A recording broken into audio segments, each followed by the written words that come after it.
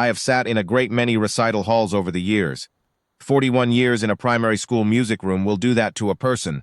You accumulate afternoons in tiered seats, programs folded in your lap, watching small hands find their way across keys that seem far too wide for them. I have seen nerves ruin a child who had practiced beautifully and confidence carry a child who had not. I have watched judges write their marks before a note is played. I have, on more occasions than I care to count, watched a talented young person be quietly reduced to the sum of someone else's opinion of them. I thought I had seen everything a children's piano competition had to offer. I had not seen Maisie Venn. It was the second Tuesday of October, and the Aldermere Civic Hall had the particular smell of such afternoons. Canteen coffee drifting in from the foyer, the faint ghost of old upholstery, and something that might have been floor polish, or might have been the collected apprehension of 37 children who had been practicing their pieces for 11 weeks. I was there as a parent-supporter volunteer, which meant I handed out programs, answered anxious questions about where the lavatories were, and sat in row C with a clipboard I rarely needed to consult. It was, by any measure, an ordinary Tuesday. I noticed Maisie in the waiting corridor before the doors opened. She was small, even for 9, the sort of child who seems to occupy less physical space than the air around her, and who looks at the world from a particular angle, slightly sideways, as though the full frontal view is too much to manage all at once. She was wearing a gray cardigan that was a size too large, and she held with great care a sheaf of manuscript paper covered in handwriting too small and too precise for a child's hand. Not a printed score, not the Clementi or the simplified Bach that the other children were clutching. Handwritten. I noticed that, and then I filed it away, because the doors were opening. The Aldermere Regional Junior Piano Finals ran to a program of 17 competitors, divided by age group. Maisie was in the youngest category, 8 to 10, which competed third. By the time her group came on, I had refilled my tea once and listened to a great deal of careful, earnest playing. The standard was, in truth, rather better than I had expected. There were 3 children who showed real promise, and I found myself making small mental notes the way teachers do, even retired ones. Professor Edmund Farr, the head judge, sat at a long table below the stage with 2 colleagues I did not know. He was the sort of man who takes a great deal of care to let a room know he is the sort of man who takes a great deal of care. He had a collarless jacket, very clean, and he held his pen the way a conductor holds a baton, loosely, but with the awareness that others are watching. He had been introduced in the program as a graduate of the conservatory and a senior adjudicator of 30 years standing, and he wore this information on his person the way some people wear cologne. I saw him watch Maisie walk to the piano. She had come to the stage with her handwritten pages. She had not, so far as I could tell, exchanged them for anything else. She was setting them on the music stand when Professor Farr leaned toward his microphone and cleared his throat. "Young lady." His voice was not unkind. Precisely. It was the voice of a man who has made a decision before speaking and is informing rather than consulting. "Before you begin, let's keep it simple today, shall we? Something appropriate for your level. Nothing that will stretch beyond what you've prepared." He said it lightly, a small smile. The 2 colleagues nodded in the way colleagues do when they have already agreed with each other before the meeting. Maisie looked at him. She was 60 years old, and she was standing at a concert grand piano in a hall with 200 people in it, and a man with a microphone had just told her, in front of all of them, what she was capable of. She held his gaze for 1 beat longer than most 9-year-olds would have managed. Then she adjusted the music stand, arranged her pages with the same deliberateness with which I imagined she did everything, and sat down. She did not use the addition he had presumably expected. She placed her own score before her. She settled on the bench. She put her hands in her lap. She breathed once, the particular breath a musician takes before the first note, not nervous, something else. And then she placed her fingers on the keys. The first phrase was so quiet I wasn't certain I had heard it. It was not quiet in the way of a child who is afraid. It was quiet the way a held breath is quiet, the way something holds still because it is, listening to itself. A single melodic line, in the right hand, low on the keyboard, not where you would expect an opening phrase to begin. And underneath it, in the left, a pattern so spare it was almost nothing, 4 notes, cycling, the kind of ostinato that could bore you or break your heart, depending entirely on what the melody above it is doing. What the melody was doing I cannot fully explain. I am a music teacher. I spent 41 years teaching children to read notation, to count correctly, to sit up straight and curve their fingers. I know what I am hearing when I hear it.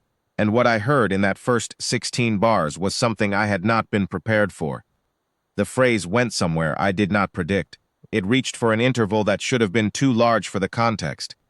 A minor sixth dropped into the middle of a line that had been moving in small steps. And it did not land where theory would have told it to land. It landed somewhere else. Somewhere true. The woman directly in front of me stopped unwrapping her mint. That is when I understood that something was happening. The piece grew. Not in the way that student pieces grow, with the effortful expansion of someone who has been told to introduce contrast, but in the way that grief grows when it is no longer held down. There was a middle section in which the left hand swelled upward to join the melody, and the two voices wound around each other with a closeness that made several things clear at once. This was not a piece Maisie Venn had learned.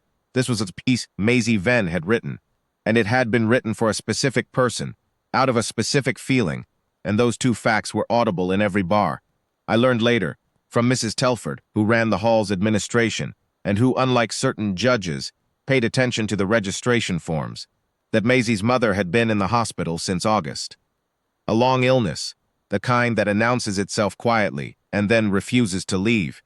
Maisie had been living with her aunt during the weeks of the competition. She had practiced on an upright piano in her aunt's spare room, alone, mostly in the early mornings before school, because she did not want to disturb anyone. She had not told anyone what she was planning to play, because she had not, until 3 days before the competition, decided she was brave enough to play it. She had written the piece in July, in the hospital waiting room, on manuscript paper her mother had given her for her birthday. She had written it over 4 visits, adding to it each time, and her mother had heard the opening bars hummed under Maisie's breath, and asked what it was. And Maisie had said it was something she was working on. Her mother had said it sounded like something she would want to hear properly someday. Maisie had not replied. She had gone home and finished the final page. I did not know any of this while Maisie was playing. I knew only what the music told me, and what it told me was enough. The recapitulation, the return of that opening phrase, arrived at something like the 11-minute mark, and it arrived changed. Not harmonically, the notes were almost exactly as before, but the weight of what had come between the first statement and this one was now carried in the phrase, and what had been spare and searching on first hearing was, on this hearing, a kind of answer. A question asked at the beginning of a piece is one thing. The same question asked again, at the end, having traveled through all that the piece contains, is something else entirely. A man in the row behind me made a sound.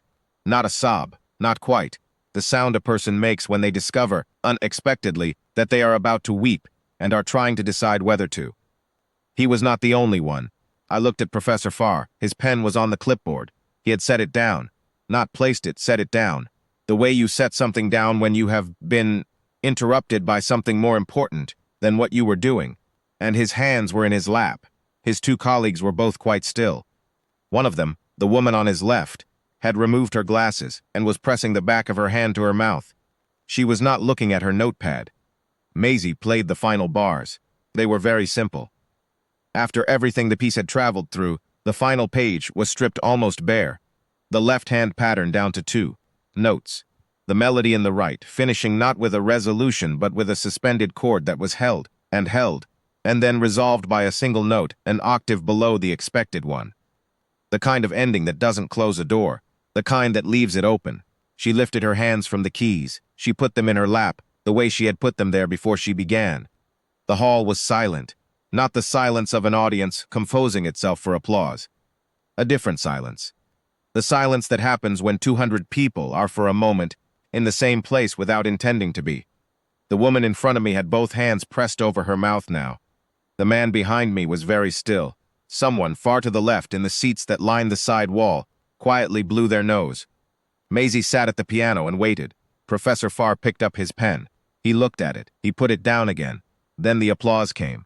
It came from the back of the hall first, from a cluster of parents who had been standing near the exit doors, and who, as it turned out, had moved closer without noticing, drawn forward by a piece of music played by a 9-year-old who had been instructed to keep it simple.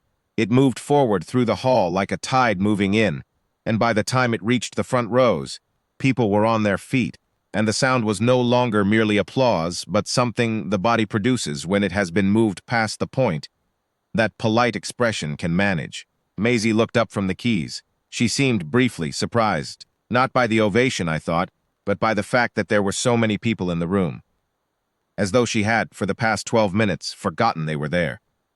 She stood. She gave a small, careful bow. She gathered her manuscript pages from the stand and held them against her chest. Professor Farr did not speak immediately. When he finally leaned toward his microphone, his voice was, for the first time that afternoon, an ordinary voice, not a judge's voice, just a man's. "Could you tell us," he said, "what we just heard?" Maisie held her pages a little tighter. "It's called For When You're Better," she said. "I wrote it for my mum." There was a long pause in the hall. "Yes," Professor Farr said, after a moment. "I imagine you did." He did not write anything on his clipboard for the remainder of the afternoon. I noticed that, because I was watching him. I don't think he noticed me watching. I don't think he noticed much, for those last few minutes, beyond the fact that a child had just played the most honest piece of music he had heard in a very long time, and he had almost missed it. I have been to a great many recital halls. I have watched a great many small hands find their way across keys that seemed too wide for them. I have seen nerves ruin children and confidence carry them, and judges write their marks before the first note is played. I have sat with this one afternoon for a long time now, and I still find it difficult to say what I mean when I say that something happened in that hall, only that it did, that a child was told to keep it simple, and what she played was the simplest thing in the world, love, set down in music, carried across a room and offered without any expectation of return. The hall gave her a standing ovation. Professor Farr did not score her last. I know this because Mrs. Telford told me the results, and I will leave it at that, because the results were not, in the end, the thing. The thing was the silence before the applause. 11 seconds, by the clock on the wall, though I would have sworn it was longer. The thing was a 9-year-old, lifting her hands from the keys, and putting them quietly in her lap, and waiting, without any idea that she had just changed every person in that room. I drove home in the dark. I sat in my car in the driveway for a while before I went in. My husband found me there and asked if I was all right, and I told him yes. And then I told him about Maisie Venz and her piece called For When You're Better, and what the hall had done when she finished playing. He listened. He is a good listener. "Did she win?" he asked when I had finished. "I think," I said, "that's the wrong question." He thought about that for a moment. Then he nodded and took my hand, and we went inside.